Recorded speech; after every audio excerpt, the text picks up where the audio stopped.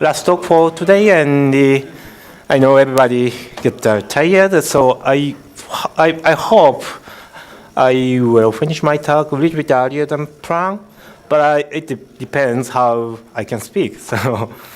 So please have your eye and ear on my talk. So first, I'm introducing myself.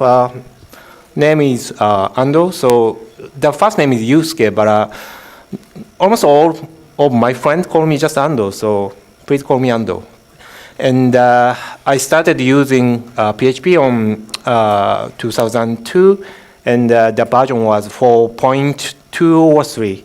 And I remember it was just first version. PHP supports multibyte as default, and now recently I'm attending like 10-20 meetups per month because I work for Engineered, which is the platform as a service company, and the platform supports even PHP, Ruby, and Node.js, and also we are using so much open source product, and so that's why I'm attending kind of much meetups, and this is part of this.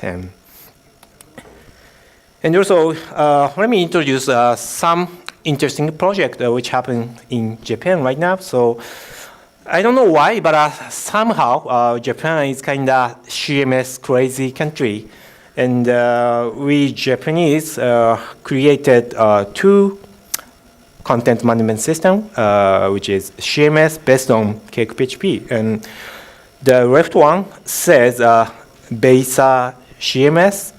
They used to use Cake 1 series, but they migrated to Cake 2 some point. And also the right one, this one says net commands. And the interesting thing is this project is developing by some subsidiary group of Japanese government. So in fact, so Japanese government using money from taxes into CakePHP project, and currently they are using Cake 2 now, but they announced that they will move to Cake 3 some point. But so Cake 3 hasn't out yet, but I really wish they move to Cake 3 sometime sooner. And I'm using Twitter much, and also I'm on GitHub as well. And also recently I'm using this app so frequently. I think this app is not so popular on this planet, but I really recommend this app because this is kind of 3D for Instagram. So just taking a picture with iPhone or Android, then everything becomes just 3D. yeah, recently 3D is my interest because I'm making many games or virtual reality stuff on Unity and the Oculus Rift. So yeah, in this trip I don't bring this thing, but I have another small device. So if you wanna have interest for the virtual reality thing, yeah, let's try together. And also I'm developing a CakePHP project which says CandyCane. This is originally part of the Redmine, which is on Ruby on Rails. And we migrated into CakePHP 1 first, and later I migrated to Cake 2.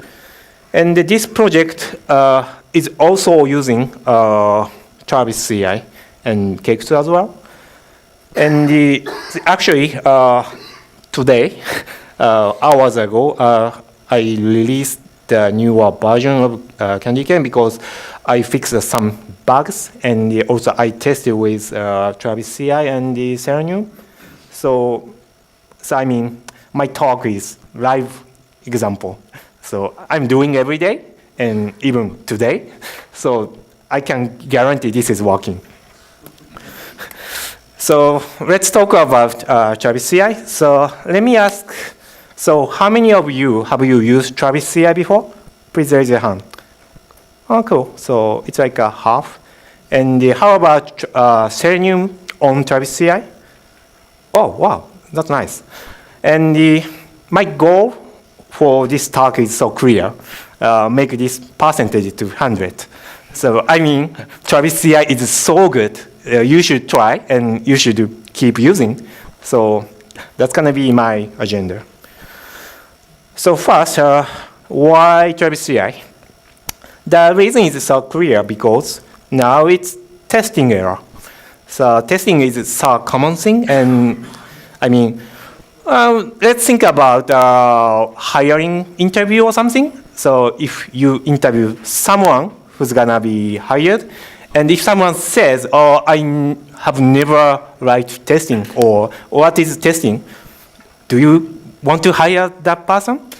And totally no. So testing is necessary thing, and also the frequency of testing is getting more often now. Like 10 years ago, this is my story. I used to test only on the end of the project, right before the release. That time I used to some PHP unit or some homemade scripts to testing.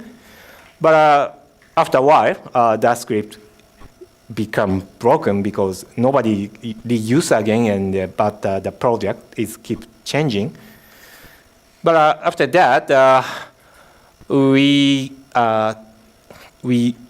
test more often, like daily or nightly, and after that we test every commit. I mean, continuous integration has come, and yeah, when I was starting using Jenkins, it has old name which has Hudson. But I was so happy with Hudson or Jenkins because that is so handy, and that's run test every commit, and once somebody breaks the code, we can know that. That was huge improvement. But after a while, Jenkins became hell. Why it became hell? So yeah, we of course we had multiple applications. So application A use some version of PHP, and there's some software like some database or image magic or some kind of softwares. But application B is using another version of PHP or another version of software, and the application C is even application C is not even PHP. Sometimes it's written in Java or Ruby or something. But we have only one Jenkins box. So I think you can imagine what happened. So that Jenkins box has too much software and too much version of software. And the human beings cannot fit with this kind of tool. So once we put too much thing on a single computer or single box, Yak Shaving happens. So yes, suddenly some project testing got broken because of some software update or some failure. But I was Jenkins guy on that time, and I had to fix the failure. But once I fix one failure, some other failure rapidly happens, and that's kind of never-ending story. So, I mean, maintaining Jenkins box is totally pain, and I don't want to do that again. And what is the solution? It's TravisCI. So TravisCI can save us, and actually TravisCI saved me. So that's why I'm proposing using TravisCI more often. So as you know, TravisCI is CI as a service. So you can just sign up, then you can use CI server as free by default, and they also they have offer some private plan with some price model. And I haven't met the guy who inside TravisCI yet, but it started from Berlin, and it was starting for just for Ruby environment first, but now they support much more language and much more database, or it's almost everything. TravisCI can do almost all tests. And the features, yeah, their stack is pretty nice because they have design of the distributed model. So every commit will be executed on distributed virtual machine, not on a big single computer. Yeah, actually, even Jenkins has a distributed model or distributed setup, but I haven't done yet because it's too complicated. If you wanna achieve distributed model on Jenkins, you have to have some master Jenkins server and a bunch of slave Jenkins server. And the Jenkins server can communicate each other and split the build on machines. But I mean, this is also another pain. But TravisCI supports distributed model by default, and also the virtual machine will be refreshed every time, and the build will be executed parallel. So you don't have to wait too long. And especially, TravisCI is best for library developer or framework developer, because once you publish your library or framework, you have to guarantee multiple versions of PHP or something. But I think you don't want to have multiple versions of PHP on your laptop or your development server. So you may stay on some specific version you like, but your library has to run on multiple versions. And TravisCI does. So this is from CakePHP, I guess. So yeah, the font is slightly small, but the version it's starting from 5.2 to 5.6, and also this test is running against multiple databases like MySQL, PZSQL, and SQLite. And this is awesome. And also TravisCI support bunch of languages. I think I have used only several languages, but as you see, TravisCI supports many languages, and especially the second one of White Law, the Objective-C. That is very interesting part. So it means you can build your iOS application on TravisCI. I can explain later. And also TravisCI has some notification system. So simply you can receive email from each build, but also you can notify against IRC or chat or some other service. So they have webhook interface. So if you have some external system or CMS or something, so you can notify against your system. And the price is actually no matter for me because I'm not selling TravisCI, so I'm just introducing. But as you know, so if you are running open source project, TravisCI is free. And also, if you want to use Travis on your company project or something, so their price model is charged against account, not for repository. But so if your company GitHub account has like hundreds of repository, but the price is still just same price. This price model works differently than other CI provider. So other provider charge against repository. So the price should be cheaper than this price, but they charge for repository. So I mean, so especially your company project. I think your company project is not only single repository. You may have more than 2 or 3 or 5 repositories. So in that case, this price model works more better. But I'm not saying TravisCI. Okay, so let me talk about how to use TravisCI just quick. So the virtual machine is basically Ubuntu 12.04, but also they has Mac OS X virtual machine as option, and also their virtual machine has been built by Chef. It means you can dive into how they make their virtual machine, like how they install their software or what kind of version they support. Everything can be visible. You can look the Chef recipe, then you know. And also they have a bunch of documents, and it's really helpful. And there is some pre-requirement. Every code has to be on GitHub. I think this is kind of big requirement. So you cannot use like a Bitbucket or Stash or some Git repository you have. You have to push on GitHub. But once you have code on GitHub, you only need to register account and turn on the slider.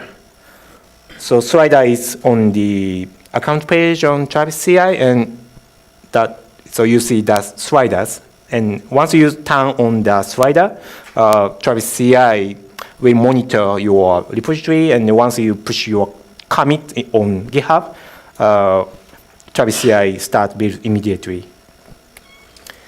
And also you have to have Travis YAML file. Actually, this is only file I'm talking on this session. And writing Travis YAML file save your life, I mean. So you don't have to set up your Jenkins server or something. You just only need to do writing Travis YAML file. And basically, this Travis YAML file has setting against the languages and versions and the test script. And sometimes Travis YAML contains encrypted key or email address or some other information you don't want to disclosure. So this is the very simple example. Language says PHP and test against 5.5, 5.4, and HHBM. If you want to know what versions of PHP is supported on TravisCI, so this is the Chef recipe they use. And as you see, they support from 5.2 to 5.6 now, and also they support HHBM. I think it's totally enough. And I don't want to make same Jenkins box because this is too difficult and too complicated, but you can use immediately by writing the Travis YAML. And also you can make more combination of the testing. So this example says test will be executed on 5.2, from 5.2 to 5.5. And also you can see the env section says MySQL and PGSQL. So this will eventually become this table. And they call this table as build metrics. So you can test against a combination of multiple versions of the languages and also another condition like a database or some other conditions. And once you run tests on TravisCI, you can use batches, and I think you have see these batches on some GitHub pages. And also Travis YAML has more flexibility. So if you don't write much information, TravisCI just executed as default behavior, but you can override the behavior if necessary. For example, the test script. Test script is a PHP unit, just a PHP unit command. It means PHP unit will load your PHP unit.xml configuration file. But you can use any other command. Any command, like just ls or just pwd or any commands can be used as testing script. So for example, so I used to use very, very stupid test script, which is php-l, which is lint. So just lint, but it was very nice test for that project. And also you can use composer or pylus or pair command to installing any other library. And also even you can use peco or apt-get or make or any other command if you necessary. So let's see example. So phalcon. So phalcon is a very fast framework which is written in C language. But they are running tests on TravisCI, and so yeah, I want to show this line. So this line says PHP pies and configure and make install. It means they are building PHP extension every time, and the running test with the new fresh extension. And also, this is also another interesting example. I found a project which is written for Unity, but as you see, so the language says Objective-C means they use macOS virtual machine, and this block is so interesting. So it says downloading Unity installer from web and installing the package inside the installer. And as you see, this build is passing, and it takes like 11 minutes.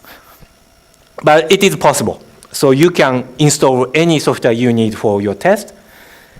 And but there's some restriction. I already said TravisCI virtual machine is disposable. Every time, right after build finish, the virtual machine will be destroyed. It means you cannot access to any artifacts from your build or your code. One example is coverage report. So to see coverage report, you have to store your coverage report outside TravisCI. And actually there is a good option, which is cover alls, I guess. This is also like a TravisCI like service, but it really works nicely with TravisCI. And you can see coverage report with this service. And also encryption. So if you need to write some private information like email address or endpoint against API or IRC channel name, you can encrypt by using Travis gem. I forgot removing Japanese word. You can put encrypted key password or email address or any information on TravisYAML file. Then Travis virtual machine will be decode your information. So like this. So this is just encrypting my Twitter handle. I think it's not necessary, but I just encrypt this handle. Then so this is the result. Then I have to write this information into TravisYAML. Then I can use original information in my build. And sometimes TravisCI build job has to be rerun, like some API error or timeout. In this case, you only have to click the very, very small button on build page. This is very useful tip, I guess. So I actually didn't know this, and what I did is just pushing extra code with just adding empty line or something and wait a while. But I don't have to do that, so I didn't have to do that. So just click this redo button. And also sometimes we want to skip build because making change only on README or just sorting comment. In that case, you can put this magic keyword on your commit log. Then TravisCI ignore your latest commits. And also, yeah, mobile app. So I already told you TravisCI supports macOS virtual machine and the iOS project. So actually, TravisCI virtual machine has 3 multiple versions of iOS SDK. And yeah, this is cool because even my laptop doesn't have 3 versions of iOS SDK, but they have. And also, they have a bunch of versions of the Android SDK on their machine. So you can build on multiple versions of SDK with just writing a YAML file. This is totally easy. So that's why I'm proposing. Okay, so let's see more use case. If we use TravisCI for unit testing, this is very major use case because modern library might use TravisCI for unit testing. Even CakePHP has unit tests, and also that test will be executed on TravisCI on every commit. And for this purpose, you can refer the example they had, and the important part is this line. Yeah, I will upload this slide later, but it says run PHP unit command with this configuration file. And your repository has to have Travis YAML file and the tests. And also, yeah, CakePHP repository is doing the same thing. But in this case, CakePHP has our test suite, which is Cake console test. And this command running against core test case, which means test case inside the framework itself. And also the new skeleton for the CakePHP 3. Yeah, this skeleton is also containing TravisCI setting. And look this. So it says PHP card sniffer against your code. It means, so this Travis YAML is just checking only coding style.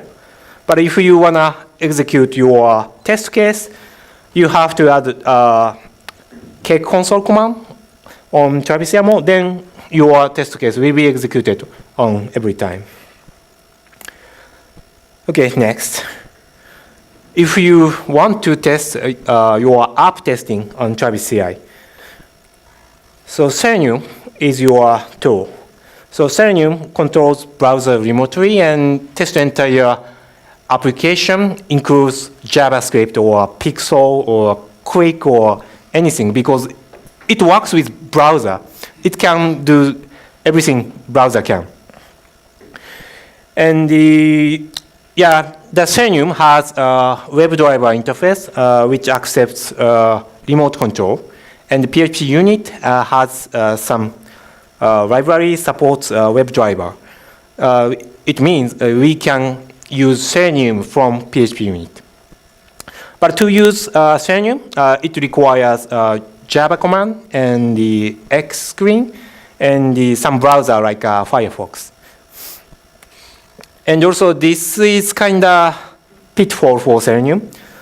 So even I fail on this fail assumption. So Selenium RC. So please don't use Selenium RC. Selenium RC is very old interface, and it's not longer supported. And also Selenium IDE. It's like works like a macro for Microsoft Office, and is some some non-IT person prefer to use the integration, but I don't recommend use this. And also Phantom.js, this is headless browser implementation, but this is not real browser. I recommend use Firefox because TravisCI has everything. So Firefox and the X and Java, everything come to you by default. You don't have to set up. Just need download Selenium server package and integrate with PHP unit Selenium library and boot web server by using PHP-S or some web server like Apache or Nginx or something. Okay, let me show some diagram. So TravisCI virtual machine has PHP runtime and Java runtime and the X. And you can boot your Firefox on X. Then you have to run Selenium on your Java machine. And after that, you have to boot your application by using PHP-S or Cake server console or something. Then you can run PHP unit. Then PHP unit communicate with Selenium, and Selenium will communicate with Firefox, and Firefox will access to your web app. This seems kind of complicated integration, but only requires some configuration. So yeah, you can see this example on GitHub later. In my case, my CandyCane has some web-based installer. And actually, keeping installer works is very, very important because once installer got broken, I have to receive many inquiries from users.